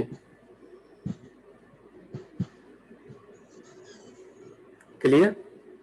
जी सर क्लियर। ओके, तो इसको अगर हम नेक्स्ट देखें, इस इंटीग्रल की कुछ प्रॉपर्टीज हैं उसको देखें। आपको पता है कि रीमान इंटीग्रल जो होता है वो लीनियर होता है, इसी तरह से रीमान स्टिलिटीज इंटीग्रल वो भी लीनियर होता है। ये लीनियर प्रॉपर्टी होल्ड करती है। ठीक है? तो इसी तरह से जो इंटीग्रल है, ये जो उसने रीमान स्टिलिटीज इंटीग्रल की बात की, वो लीनियर है। पहले की बात है वो लीनियर सी पे। The integral also depends linearly on w, तो ये w पे भी लीनियर है कि अगर आप ये जो w है इस पे करें तो इस पे भी ये लीनियर है। Okay, we shall also need the inequality. वो कह रहे हैं कि इसका जो इंटीग्रल है वो हमारे पास इसके बराबर है। इंटीग्रल की absolute value less equal to maximum of this variation. ये किस तरह से ऑब्टेन की जा सकती है, इसके बारे में भी मैं अभी आपको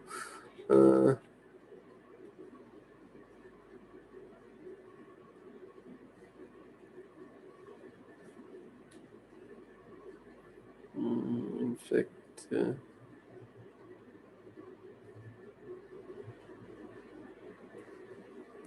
ओके जी स्टूडेंट्स, इसको अगर हम इन्वेस्टिगेट करें तो ये बहुत इजी है। मैं नेक्स्ट पेज पे आ जाता हूँ, वो जो हम कर रहे थे व्हाइट बोर्ड पे। देखिए आपके पास इंटीग्रल है x of t a b और यहाँ पे टी डब्ल्यू ऑफ टी, इसकी मैं एब्सोल्यूट वैल्यू लेता हूँ। तो यहाँ पे ये मेरे पास लेसर इक्वल होगी किसके, अगर हम इसको अंदर लेके चले जाएंगे एब्सोल्यूट वैल्यू को। जी बेटा, एब्सोल्यूट वैल्यू को अंदर ले जाएंगे तो लेसर, ये वाला पार्ट लेसर इक्वल हो जाता है ना, ये तो पता है ना आपको। Hello, yes sir. ओके। अब इसको मैं अगर बाहर लेके आऊं तो मैक्सिमम करके बाहर लेके आ सकता हूं। जी, A to B dw। ठीक हो गया। और ये जो चीज है ये क्या थी, वेरिएशन होती है। देखो ना, आपके पास 1 है, 1 का इंटीग्रल करेंगे तो यहाँ पे आपके पास वेरिएशन आ जाए, क्या आ जाएगा, टोटल वेरिएशन उस फंक्शन की, वेरिएशन ऑफ W। तो ये किससे लेसर इक्वल है, इससे लेसर इक्वल है। क्लियर जी बच्चों, ठीक हो गया। जी ओके। और उसने कहा कि इनफैक्ट ये वाला फार्मूला इस फार्मूले की जनरलाइजेशन है। ये फार्मूला आपने उसमें पढ़ा हुआ है रीमान इंटीग्रल के केस में, ठीक है ना बेटा। देखे ना, अगर आपके पास ये यहाँ पे 1 dt होता तो यहाँ पे आपके पास बाकी सिर्फ 1 आता, 1 का इंटीग्रल b माइनस a आ जाना था। जी ठीक हो गया, यस सर। क्लियर है यहाँ तक।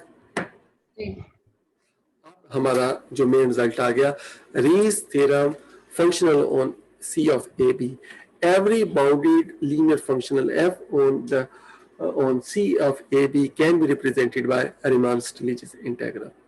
अब कर रहे हैं, आपको लीनियर फंक्शनल के बारे में मैं बता चुका हूं कि आपके पास C of AB पे आप देखें, ये खुद फंक्शन की स्पेस है, इसके ऊपर एक फंक्शन डिफाइन कर रहे हैं,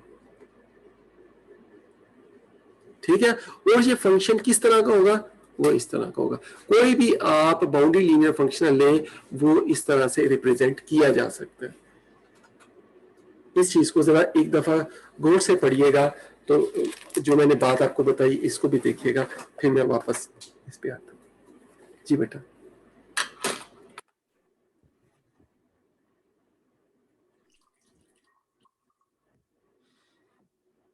जी क्या मैंने बात बताई है।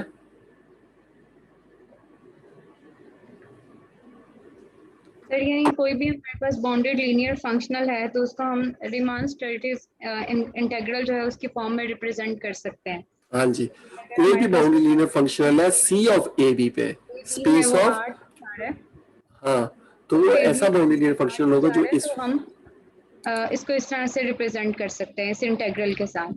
इंटीग्रल। अब ये क्वेश्चन ये है कि इस तरह इसको कैसे किया, how we can get that. तो इस और इसमें एक और बात है, W is a bounded variation of course. जब रीमान-स्टिल्टजेस इंटीग्रल की बात करते हैं W बाउंडेड वेरिएशन का होता है and has a total variation. उसकी ये न्यू बात है कि उसकी टोटल वेरिएशन f के नॉर्म के बराबर होगी। दो बातें हमने प्रूव करनी है, ठीक है। अब ये इसको प्रूफ किससे करेंगे, ऑन-बॉर्नक थ्योरम से। From the Hahn Banach theorem for norm spaces we see that f has an extent. अब इस चीज को भूल जाए कि ये क्या, अभी सिर्फ हमारे पास इंफॉर्मेशन ये है कि C ऑफ AB है, कोई स्पेस C ऑफ AB है, उसके ऊपर हम बाउंड्री लीनियर फंक्शनल की बात करेंगे, ठीक है। From Hahn Banach theorem for norm spaces we see that f has an extension f wave फ्रॉम C to the norm space B of AB consisting of all boundary linear functional with norm defined by this। जी यहां तक कोई मुझे बताएगा कि ऑन-बॉर्नक theorem को किस तरह से यूज किया है, Z क्या है और X क्या है इन दिस केस। ये यहां तक प्लीज, यहां तक बता दें। जी बच्चों, Z क्या है इस केस में ऑन-बॉर्नक थ्योरम को यूज कर रहे हैं, X क्या है बताएं बच्चों। सर C जो है वो I think C of AB को लेंगे। ठीक हो गया, Z हमारे पास जो है वो हमारे पास B of AB। B of AB क्या है सर ये लिखा है ना, consisting of all bounded linear function. शाबाश। तो हमें पता है कि C ऑफ AB जो होता है ये कंटेन कर रही होती है B ऑफ AB में। जो भी कंटीन्यूअस फंक्शन होगा क्लोज इंटरवल पे बाउंडेड तो जरूर होगा। जी क्लियर, हाँ जी सर। ये ठीक हो कंप्लीशन गया। में हमने देखा था। तो इसका मतलब ये हुआ कि कोई भी हम एफ लें जी में से तो कोई ना कोई हमें बी में एफ वेव मिल जाएगा। यस किस सर। तरह से मिलेगा कि उन दोनों का नाम बराबर होगा। हाँ जी। यही है ना ऑन बार्नौल थ्योरम की स्टेटमेंट। Yes sir. तो अगर हम X C of A B में से लें तो हमारे पास कोई ना कोई बी ऑफ ए बी में एफ वेव जरूर मिलेगा जिसका नाम बराबर होगा। ऐसी बात है।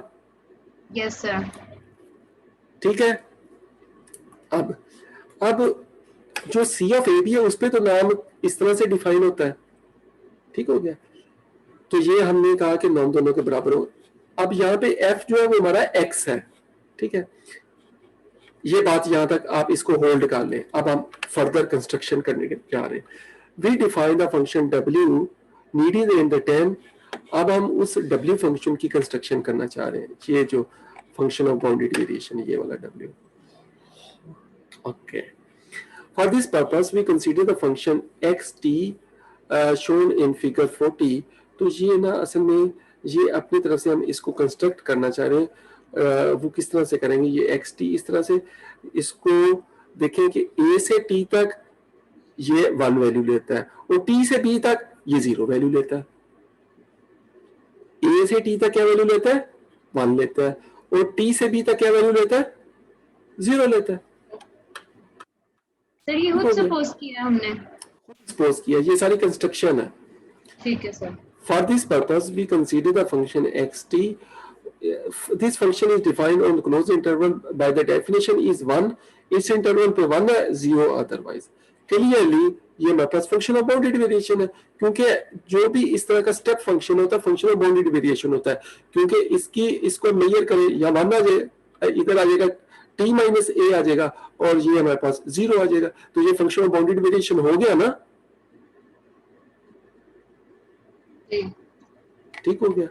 तो इसका मतलब है किसी भी t के लिए ये फंक्शन जो है वो हमारे पास पहले तो बार ये बाउंडेड होगा, पहले तो बार ये bounded. We mention that xt is called the characteristic function of the interval. Of course xt and the function f wave we define w on this। तो w को किस तरह से हम डिफाइन कर दें, 0 पे 0 हो और w of t जो है वो f wave of x of t। ठीक है। तो f वेव हमारे पास क्या है, फंक्शनल है कि इस पे b ऑफ t पे, और इसमें इनपुट क्या कर रहे हैं, वो वाला फंक्शन कर रहे हैं। ठीक हो गया। तो we show that this function w is of bounded variation. तो हमें ये शो करना है, पहले तो हम ये शो करेंगे। ठीक है। और इसकी वेरिएशन जो है वो lesser equal to norm of f है। For complex quantity we can use the polar. तो ये सेटिंग जो आपको पता ही है। ठीक है। तो ये हम ऑलरेडी हम इसको देख चुके हैं, मैं पहले भी आपको एक्सप्लेन कर चुका हूँ। Okay. For simplifying our subsequent formulas we also write. तो इसको ये थोड़ी सी कंस्ट्रक्शन है प्लीज। इसको उन्होंने कहा कि ये जो आपके पास e रेज़ टू पावर जो है ना आयोटा थीटा, इसको आप एक नए फंक्शन का नाम दो e ऑफ एक्साई। तो ये e ऑफ एक्साई 1 होगा अगर एक्साई 0 के बराबर है, और अगर एक्साई जो है नॉट इक्वल टू 0 है तो आप इसको यूं लेंगे। ठीक है। अगर देखो ना ये को कॉम्प्लेक्स नंबर है। ठीक है। ये हमारे पास उसका ये हमारे पास 0 के बराबर है, अगर 0 के बराबर है तो इसको 1 ले लेंगे सो दैट कि ये हमारे पास 1 आ जाए। ओके। तो इसको हम एक नया नाम देंगे एप्सिलॉन जे, उसको इस तरह से डिफाइन करेंगे and X of T J is equal to X J. Particularly हम इसको ये बिल्कुल उसी तरह से फॉर्म बन रही है जो कि फंक्शन ऑफ बाउंडेड वेरिएशन की है। तो ये थोड़ी सी कैलकुलेशन है, इसको हम इस फॉर्म में ले आएंगे।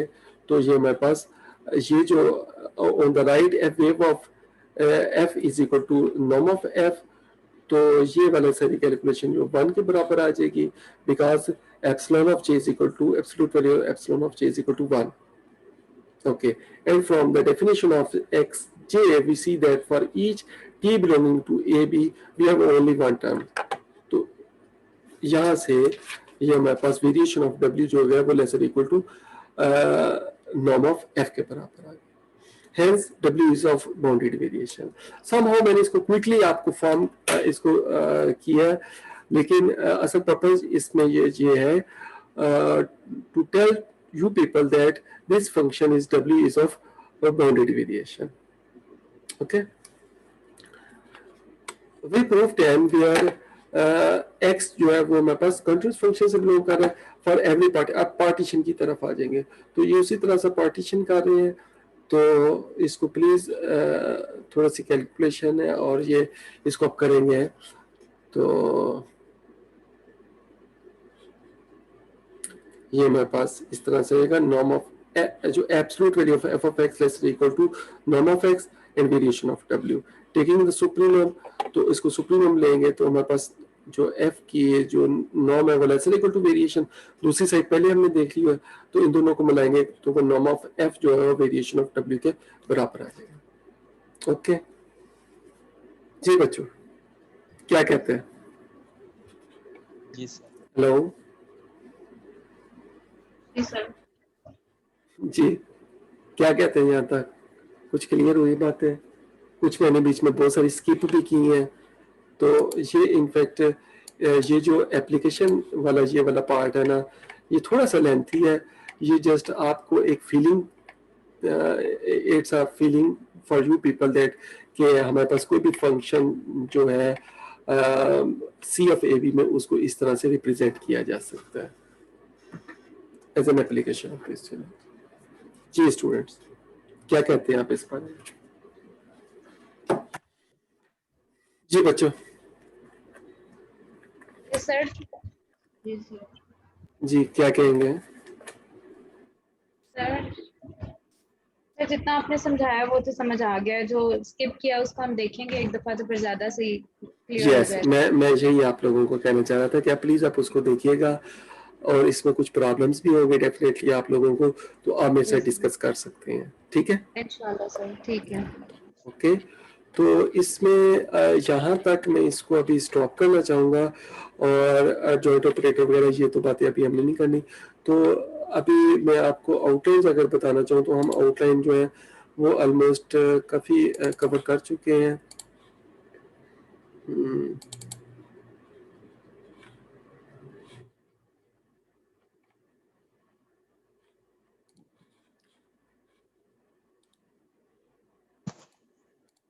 जी, ये हमारी आउटलाइन जो है वो उसमें Hahn Banach theorem, Hahn Banach complex version, uniform, तो यहाँ तक हम कर चुके हैं। तो uniform boundedness theorem and its application, strong weak star topology, open mapping theorem, close graph theorem, तो ये हमारे 2 लेक्चर में ये इजीली इसको हम कवर कर सकेंगे, ठीक है बच्चों? सर फिर ये अब हम कैंपस में आके पढ़ेंगे। कैंपस में आके ऑफ कोर्स पढ़ेंगे, ठीक है? ठीक है। तो जो लास्ट लेक्चर है, अगले लेक्चर में मैं यूनिफॉर्म बाउंडरीनेस थ्योरम और एप्लीकेशन इसके बारे में बात करेंगे, कुछ पार्ट शायद इसका कर लें। तो जो लास्ट लेक्चर होगा उसका हाफ पार्ट आपके रिवीजन के लिए छोड़ूंगा, कुछ हाफ पार्ट जो आपके प्रॉब्लम यानी डेफिनेटली, और open mapping, close graph theorem इसके बारे में बात करेंगे, ठीक हो गया? Yes sir. तो ये मैं आपको नेक्स्ट प्लान बता रहा हूँ, तो यहाँ तक मैं इसको अभी स्टॉप कर रहा हूँ, लेकिन अभी हमारा जो है लेक्चर इस तरह से एंड नहीं हो रहा। लेकिन मैं आप लोगों से ये कहूँगा कि मैंने कुछ टाइम आप लोगों के जो पेपर है उसके रिव्यू के लिए रखा था, तो प्लीज़ आप मुझसे बात कर सकते हैं प्लीज़। यस सर, हमने बात सर मिड में हाईएस्ट मार्क्स कितने हैं? Yes sir. ये कौन पूछ रहा है? 24। सर मैंने ही पूछा, शफकत। शफकत ने पूछा। शफकत, जो मिड के आपके हाईएस्ट मार्क्स है ना, उस बारे में मैं अभी नहीं बात कर सकता, अच्छा, क्योंकि ये मैं नहीं बता सकता आपको इस तरह से। और में वैसे कोई हर्ट्स तो नहीं होती, लेकिन शायद आप कोई अपना रूल होगा। बेटा मैं अभी नहीं इसको बताना चाह रहा। सर वैसे 20 प्लस हैं या 20 से नीचे हैं? बस इतना ही बता दें। हाँ चलो इतने में, अगर आप इसे, तो ये 20 से नीचे है, 20 है शायद। चले, मैं आई थिंक हाईएस्ट 20 होगा। मैंने अभी लिस्ट कंप्लीट ओपन कर रहा हूँ, तो फिर देख लेते हैं। जी सर। और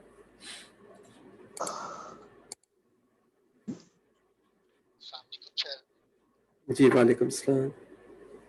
सर मैंने ना आपको जो असाइनमेंट्स है ना वो सर मेल की हुई है, तो वो जरा देख लीजिए। पहले उस पोर्टल पे शेयर नहीं हो रही, जो सर पोर्टल प्रॉब्लम। जी बेटा मैं चेक कर लेता हूँ। मैंने कहा ना सर असाइनमेंट। हाँ जी सर आपने लास्ट टाइम कहा था कि मतलब जिनके असाइनमेंट्स आपको मतलब लगा है कि वो नहीं है सेम, उस बंदे ने नहीं की, तो सर वो हमें कैसे पता चलेगा कि आप किसको ये कंसीडर कर रहे हैं, क्योंकि मार्क्स तो अभी अपलोड ही नहीं हुए। बेटा मैंने आपने वेडनेसडे कोई तक नाम लिए थे? नहीं बेटा मैंने नेम नहीं लिए थे। जिसका होगा उसको तो पता ही होगा। बाकी जिसको सर मैं अगर मार्क्स जी किया देखिए मैं आपको जी बताता हूँ, प्लीज मेरी बात आप गौर से सुनिएगा। कुछ स्टूडेंट ऐसे हैं जिन्होंने असाइन, जो मैं रिपीट नहीं कर रहा, जिसमें दोबारा बता रहा हूँ कि उन्होंने ऐसा किया है। तो जिन्होंने ऐसा किया, कुछ स्टूडेंट्स ने मुझे ईमेल करके सॉरी किया और उन्होंने अपने असाइनमेंट्स दोबारा सेंड किया अपने हाथ से लिख के। तो ऐसे स्टूडेंट्स को मैं फुल वेटेज नहीं दे रहा, लेकिन एटलीस्ट उनको कुछ उनके मार्क्स दूंगा। तो उसके अलावा जो स्टूडेंट्स हैं जिनकी मुझे फील होंगी उसको मैं जीरो कर दूंगा, क्योंकि मैंने जो टाइम दिया था उस तक उन लोगों ने नहीं अगर किया तो उसको मैं 0 मार्क्स दूंगा। तो अब 0 वाले मार्क्स सर वाले वैसे दो सिचुएशन हो सकती, या तो उसकी असाइनमेंट मेरे पास नहीं आई या उसने कॉपी की थी जिसको मैं 0 दे रहा हूँ।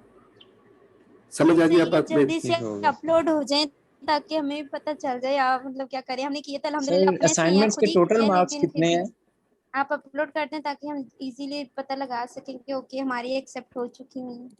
ये बेटा श्योर ये बहुत जरूरी है, मैं आपको इंशाल्लाह ताला जरूर बताऊंगा।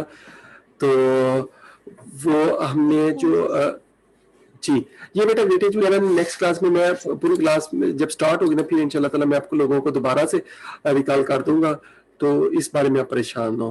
25 मार्क्स का सर काइंडली फाइनल की जो वेटेज है ना वो कम रखिएगा, क्योंकि सर आप तो देख रहे हैं कि ऑनलाइन पढ़ा है और जस्ट नहीं एक वो दो सर ऑप्शन है लेक्चर्स जो भी हम कम करते फिजिकल हैं। पढ़ेंगे। देखिए जो आपकी वेटेज है ना इस बारे में यूनिवर्सिटी ने हमें डायरेक्शन जो दी है उसके बारे में ही हम चलेंगे, ठीक है? तो वो मैं आप लोगों के साथ शेयर भी कर लूंगा, डोंट वरी। ठीक हो गया बेटा? सर फिजिकल पढ़ने का और मजा होता है और ऑनलाइन पढ़ने का और मजा होता है, वो तो आप समझते ही जी हैं।